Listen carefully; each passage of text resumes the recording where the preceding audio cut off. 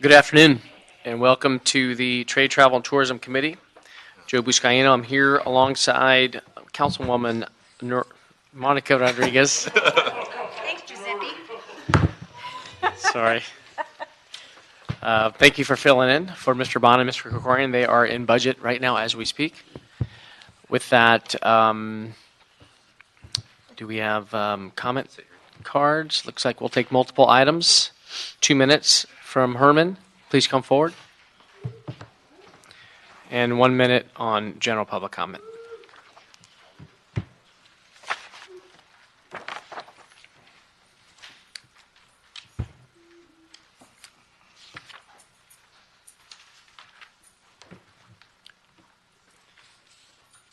Trade, Travel, and Tourism Committee update, the Port of LA, Los Angeles, America's port. Well, it's not an interesting point at this moment because, as you heard, Mr. Bonin has violated the Mallow Act. Stick to the items or you'll be asked to leave. Well, CD 11, item number 3, fuck it. CD 11, item number 4, fuck that one too. Now, also, on item 6, talking about the big fat butt of an elected official, dealing with the amend contract for management incorporation to extend a contract terms for September 14, 2019, which I'm here to pose a no vote on. Why am I doing this? Because there is no on-call emergency management service. If that was the situation, we wouldn't have a crisis under HHH, bitches. And we still would know you're not on the item. that the services at LAX... You're now on general public comment. What number am I? General public comment. Well, we already know, as I brought out at the public board of Janice Hahn's office, the County Board of Supervisors, I told her that the blackmail of Joe Buscaino is compromising Ms. Hahn's effort to provide homeless shelter to all homeless people. Because if you go off of Wilmington at the Rosa Park station, you'll definitely know that Joe Buscaino, that rotten fucking criminal, has allowed transients to sleep on the train station. And he says, no, they're just homeless niggers. They can stay there. They're helping me sell drugs at the little drugstore across the street from the train station. But we all know that white niggers like Joe Buscaino, the Italian silver-tongued cop, like any other silver-tongued cop, keeps fucking with white nigger politicians like myself. Leave us the fuck alone. Time's up. Wayne? Am I done? Yep. Wayne, you're up. Oh, finished? 2 minutes on multiple items and 1 minute on general public comment. You're giving me a free computer, thank you. Mr. Herman, if you disrupt this meeting again, you'll be asked to leave by making those sounds. Thank you. That's your final warning. Mr. Yes. Wayne, you're up. Okay, so, fucking item number 1, planning and security. You could not secure your police chief from having ashes dumped in his lap last week. Your security is bullshit. Stick to the item. That's your final warning. It's about security. What in the world does it have to do with the police? Everything. Stupid Italian asshole. So, Forfeit is number time. 9. No, Oh, on we're the going item. to be So 1 minute jihadists. on general comment. Oh, we're going to go for the Brown Act jihad, huh? All right. Well, Janice Hahn knows that you set up the indictment on Samuel Leung to rat her out to the FBI.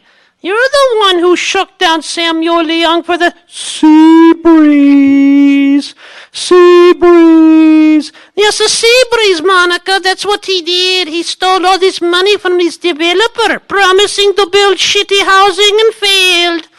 Now betting it on Janice Hahn's back when Janice Hahn was in Washington doing her work, good work. Now they're trying to blackmail her. But Janice Hahn knows you're trying to sell her out to the FBI. Janice Hahn knows you're a rat cop. Janice Hahn knows that you're the scourge of the 15th district. Janice Hahn knows that you're a pussy. Janice Hahn knows that you should not be a cop. You should be a faggot like Meg Bonin. So yes, Monica, do me a favor. Kick Joe Buscaino in the ass for me. Yes, thank you so much.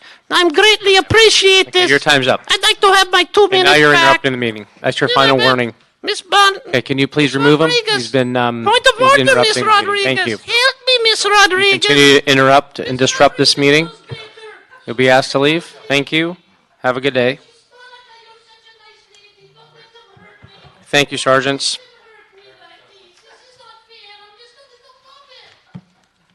Okay, so with that now, Wayne continues to disrupt this meeting. Off he goes. Thank you. Okay, with that, Ms. Rodriguez, if I can turn your attention to the agenda. I'd like to offer to take on consent items 3, 4, 5, 6. Unless you want to hold any of those. Okay, Mr. Herman, now you're disrupting the meeting. You are asked, please leave this committee. You disrupt the meeting one more time. Goodbye. Time to go. Go. Can you call? Thank you, Laura. You've been warned. Now it's time for you to leave.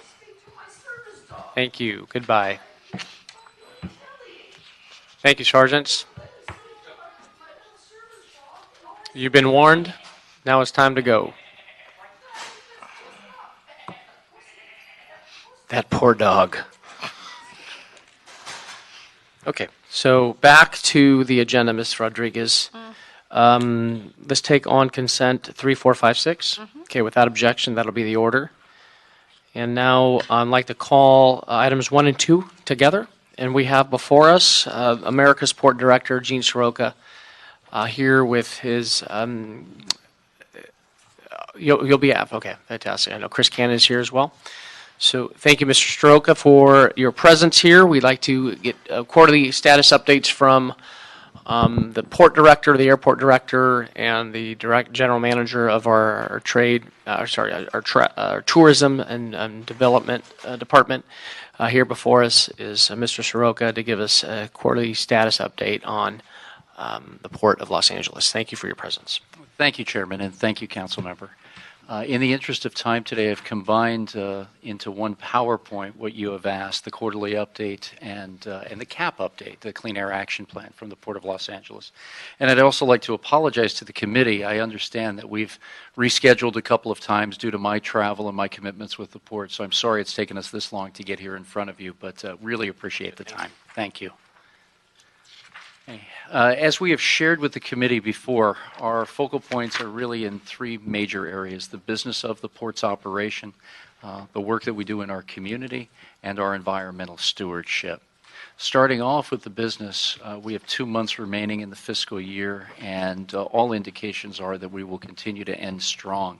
A good, solid month of April, and all KPIs related to the fiscal year to date through 10 months equally as strong. You'll also notice that in our container movement, top-line revenue, managing our costs, as well as the overall operating margin, which is very important to us because it also rolls right into the Public Access Investment Plan. And the Public Access Investment Plan is one of the only known to an infrastructure agency in the nation which prescribes that it delivers 10% of the operating income of the port directly to the community for public access infrastructure projects and visitor serving opportunities.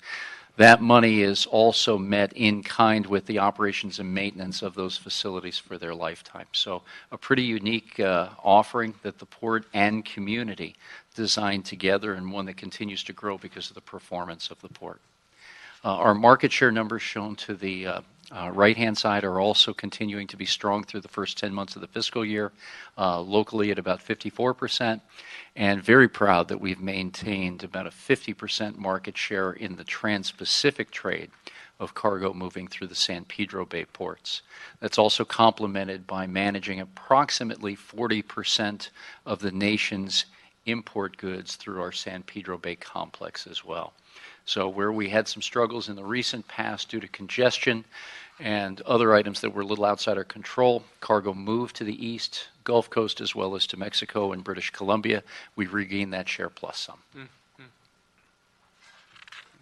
Infrastructure is also very important to the development of the port. I've listed out, just for reference, some of the industrial projects that have been completed or near completion, including the first on-dock rail for TRAPAC under their new environment, in addition to work at the Crew Center on the alternative marine power, which also dovetails into our environmental strategy. The non-cargo infrastructure projects have been in the news quite a bit recently, and because of the chairman's support, we've also gained a certain amount of notoriety in moving towards these areas around Altasea, the public market in San Pedro, the Wilmington Waterfront Promenade, and the recently signed long-term agreement with SpaceX that was approved not only by this committee but full council in unanimity. And we thank the chairman for his support in that area and the council member as well.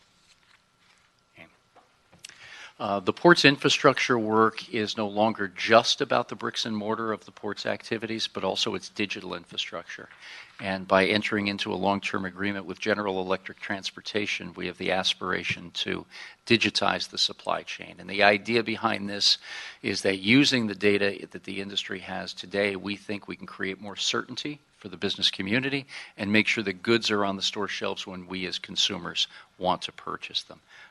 Thus far, we will have our full rollout of what is now being termed as the Port Optimizer in the month of July to all members of our port community in the terminal operating environment, as well as rail, truck, chassis providers, and our liner shipping companies.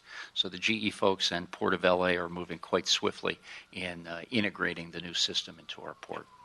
If I can, Mr. Soroka, this is forward thinking. I know that you came to this committee and we approved the pilot program. Yes. And really excited, but this can only be successful if we get the data from the terminal operators, correct? The terminal operaters, the shipping lines, and as other well. members of the supply chain community, that's correct. Any pushback?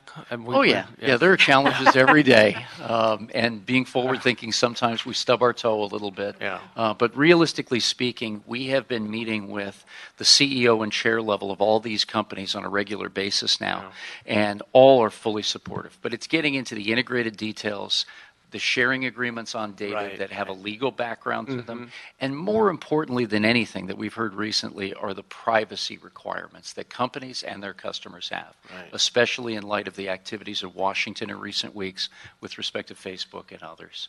And so that's a step that we're taking in a very diligent fashion to make sure that we have all the I's dotted and T's crossed, and that everybody feels comfortable with that sharing agreement. I appreciate your leadership on this. It's like who needs automation when you can really up and call for more efficiencies in the supply chain management. So, and our investment is in human capital, and this is part of what we think can also create more jobs in and around the community as well. Thank you. And Ms. Rodriguez, feel free to chime in any of these slides with the executive director. The second leg on our pedestal is community, and our view all along, as guided by the council member, has been the chair, has been trying to be good citizens in the communities that we work and live. And part of that is what we have now developed into broadening not only our business base, but activities that can be earned by future looks at the community investment side. So Altasea, the urban marine research facility, is now in the process of a $20 million Phase 1A investment, which will activate the Lacrette's Blue Economy Incubator, Boeing's Echo Voyager, the Catalina Sea Ranch, and Bob Ballard's Ocean Exploration Trust. Altasea, again, first of its kind in this area, and reactivating a segment of our waterfront that had been dormant for so many years. Do want to commend you and your leadership team with re-engineering their lease to the point where now they're really active on the fundraising arm and getting shovels on the ground. So really appreciate the partnership between the port and Altasea here. Again, this committee and full council being supportive of those activities also were key. The San Pedro public market, much of which has been talked about in front of committee before, but $150 million investment of both public and private means between the Ratkovich Company, Jericho Development on the developer side, and the Port of Los Angeles, set to open in 2021. I think the chair can attest to the progress that we've made on the ground, realigning some of our major thoroughfares, as well as delivering a clean slate for the parcel that will be started first in Phase 1 to the developer. So everything is in motion, and feel really confident around our timeline and milestones that have been created mutually. And then Wilmington, on the north side of the harbor, we created the Wilmington Waterfront Park that is depicted here, but also we have $93 million worth of further infrastructure to develop. Very aspirational, but what I like so far is that our community, both business as well as our thought leaders and neighborhood leaders, are all a part of the discussion. Recently, we had some dialogue with others in the community around the Chamber and Neighborhood Council, and they'd like to see a little bit more creativity on the waterfront, which Right. we're taking in as Yep, well. we're hearing So, that too. Yeah, so working with folks like Dan Hoffman of the Chamber and others Good. will be right in front of us. And our newly minted commissioner, Lucia Moreno Linares, is also working with us very closely to make sure that we're doing the outreach to the proper people and gathering their thoughts. And I know you all worked with the architects. I even attended a couple of the Sasaki, the architect right. firm, yeah. They did a great job with the outreach, and it seems like even when this plan was proposed and the design was out, still you had some concerns from residents who didn't attend those outreach and community design workshops that they offered.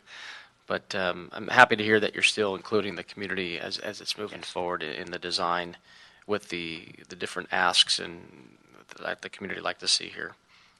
Right, and we'll continue on that path. And honestly, Chair, sometimes if folks can't make a meeting at the time and day that it's scheduled, we just got to circle back and keep doing that and making sure that we're talking to all the right people. Okay. And then as recently as just a couple of weeks ago, SpaceX has agreed to utilize a parcel on the other side of the ship channel at the Port of Los Angeles, as what was known as the Southwest Marine Site for nearly a century.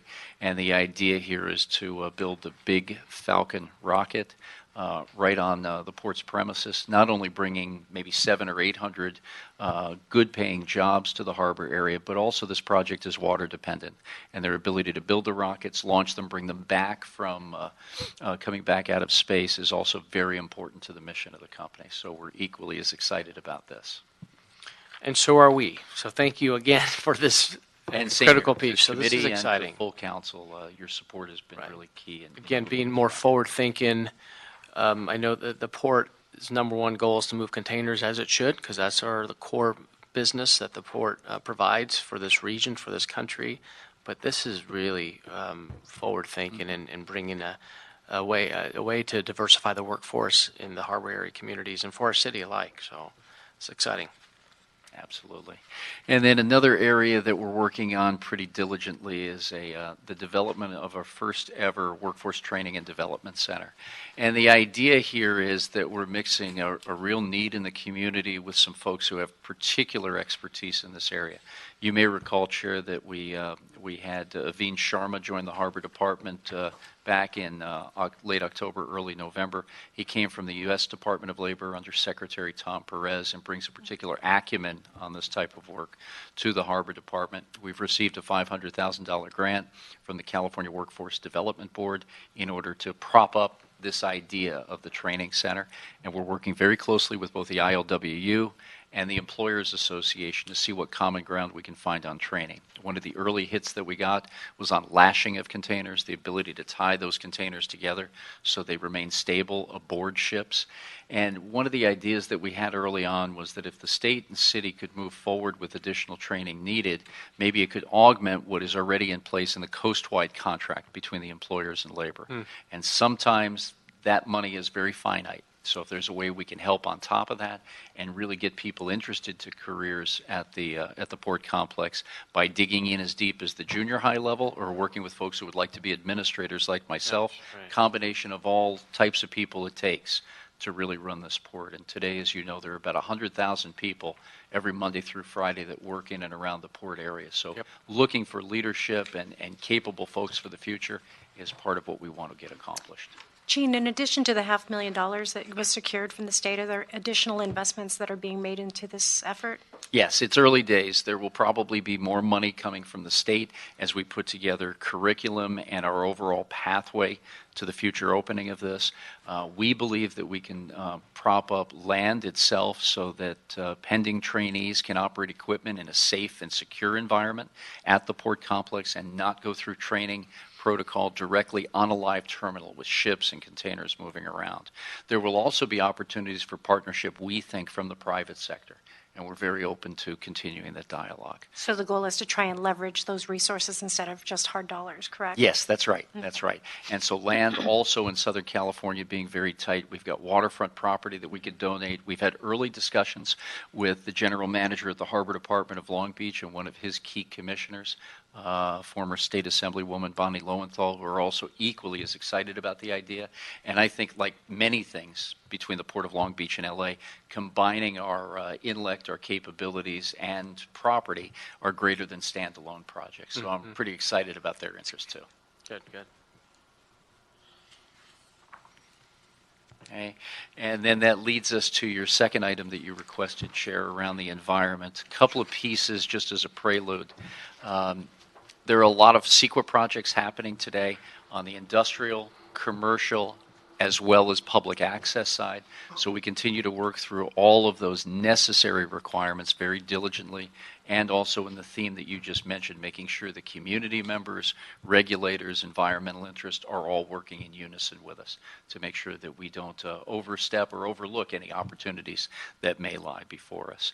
Of specific note in the bottom right-hand quadrant, the supplemental EIR for China Shipping and Costco will be coming out probably later this year, end of third quarter, early fourth quarter, and we expect it to go through the necessary public time as well as go in front of the Board of Harbor Commissioners for review and certification.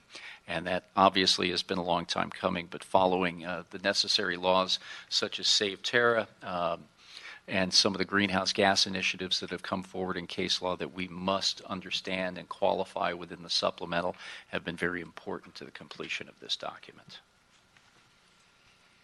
Okay.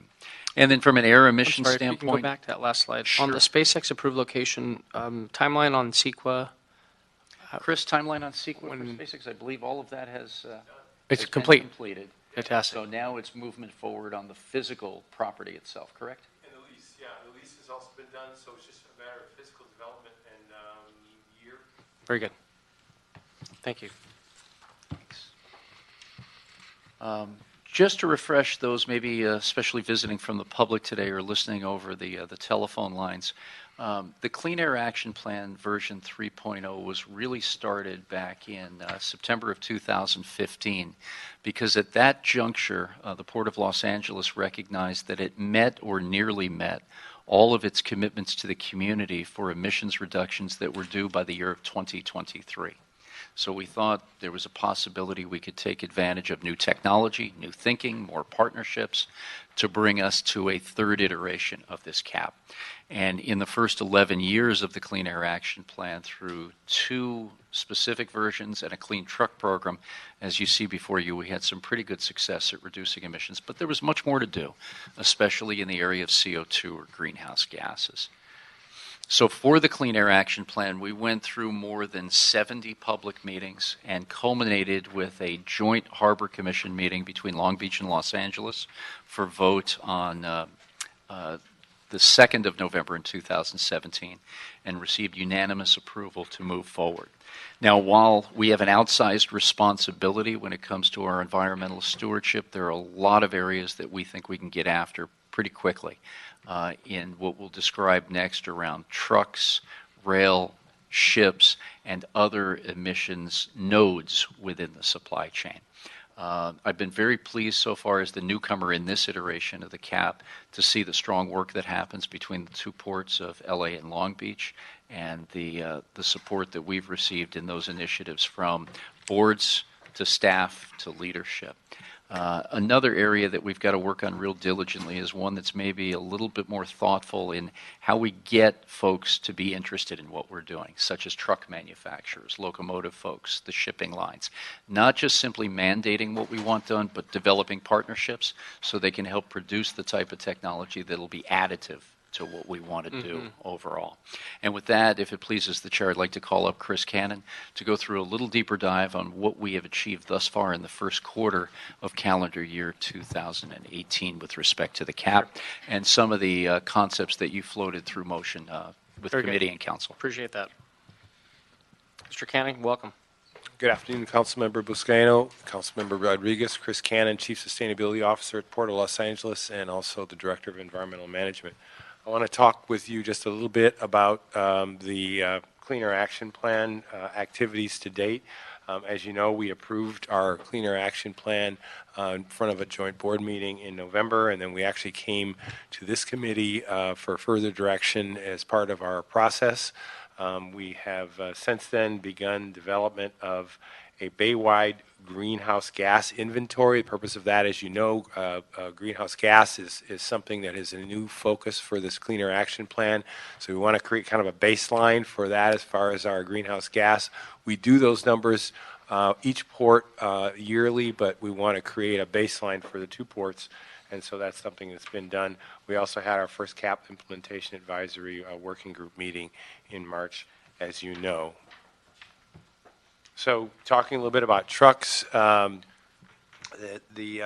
current activities there, the first few things are the most important. We're going to be going to our board this summer with proposed changes in our tariff. The program would be so that anybody that wants to bring a new truck into the drayage truck registry has to be a 2014 model year or newer truck. We selected that year because of important greenhouse gas efficiency requirements that went into place from the Department of Transportation. The engines themselves are cleaner, and they also have better onboard diagnostics, which allows us to maintain and assure proper maintenance. Will allow those trucks, only those trucks will be registered new. Older trucks that are current will be grandfathered in, and so people who have older trucks, the 2008, 2009, 2010, and so forth, will continue to be able to operate, provided that they're current with registration. We're going to begin a technology feasibility assessment study. The purpose of that is to evaluate the state of technology for zero emissions. We'd like to find out exactly where the industry is, where the marketplace is. We're going to be looking at heavy-duty trucks and cargo handling equipment as part of that. That's something that will be done every 3 years, and so we've begun that already. We're also going to begin... How soon can we see that report? We hope to have that done by the end of this year. The worst case would be first quarter 2019. So but it's underway now. We hope to have a first draft available for staff to review by September. Good, good. We're also going to be doing a rate setting study. I know that you're very interested in that, as is the AQMD. The purpose of that would be to identify a potential rate that would be charged for trucks that do not meet near zero or zero emission standards. That would begin sometime in 2020. The rate setting study has already begun now. We're actually just in its early stages. We're identifying an economist to do the work. So that's just begun. We're also doing planning for 50 to 100 zero-emission pilot demonstration for on-road trucks. That's something that the mayor, and I know that you've been very interested in that as well. That's something that we're begun. We're going to have a workshop to kick that off sometime this summer. We're already planning that to meet with the agencies and the equipment manufacturers. We're already meeting with some of the equipment manufacturers. In fact, I have a meeting with Daimler tomorrow to discuss this. We're also going to be doing an early adopter natural gas truck program, also something very important to you, Councilmember Buscaino. Yes. That would be up to 140 of the near zero natural gas trucks. We'll be working with the AQMD on that program. We have to go to our board and ask for funding, but we hope that will go through quickly, and we'll be able to get those trucks signed up with the possibility of delivery either late this year or early next year. That goes back to using the best available technology. I know we're really focused on a zero-emission truck. Technology doesn't exist right now. However, let's turn to something that works right now and looking at the near-zero natural gas trucks. So happy to see that. Why are we limiting ourselves to 140? Is it just a funding issue? It's just production. It's production and money, and so we want to kick the 140 off. We want to make sure that they work. We want to make sure that the industry likes them, and as they go, if those are accepted, I'm sure there will be more that will be funded. And the key is we want to do these things in parallel. we're working on zero emissions, we're testing zero emissions, and we're trying to develop that technology. But the technology, as you point out, is not quite there yet. So we want to do this pilot program to demonstrate its capability, but not forget about the fact that people want to breathe today. So we have to get zero emission, or the near zero emission trucks on the road as soon as possible. So that's what's happening in parallel. The next slide is really cargo handling equipment. We don't need to linger on that one. We're going to be doing, as I said, the feasibility study and continuing early deployment and programs that are going on at Pasha and Everport. We're also working with our terminals to do some planning for their procurement of zero emissions equipment over the next 10 to 12 years, as well as infrastructure activities. Going to ocean-going vessels. We're doing an RFP for at-berth emission control technologies. I know, Councilmember Buscaino, that's something that you were pushing, and not just for container terminals, but also for non-container terminals. The idea would be to look for opportunities that go beyond just the regular container terminals, where you can have that hood technology or something else that could work at those. So that's something that we're beginning now. I'm also happy to tell you that the International Maritime Organization, which is the international organization that regulates ships, has decided that they want to increase their focus on ports and coordinate their activities with ports. They actually want to start to encourage ports around the world to use the emissions inventory process that we use to identify environmental programs. They've selected the Port of Los Angeles' emissions inventory as a model to be used around the world.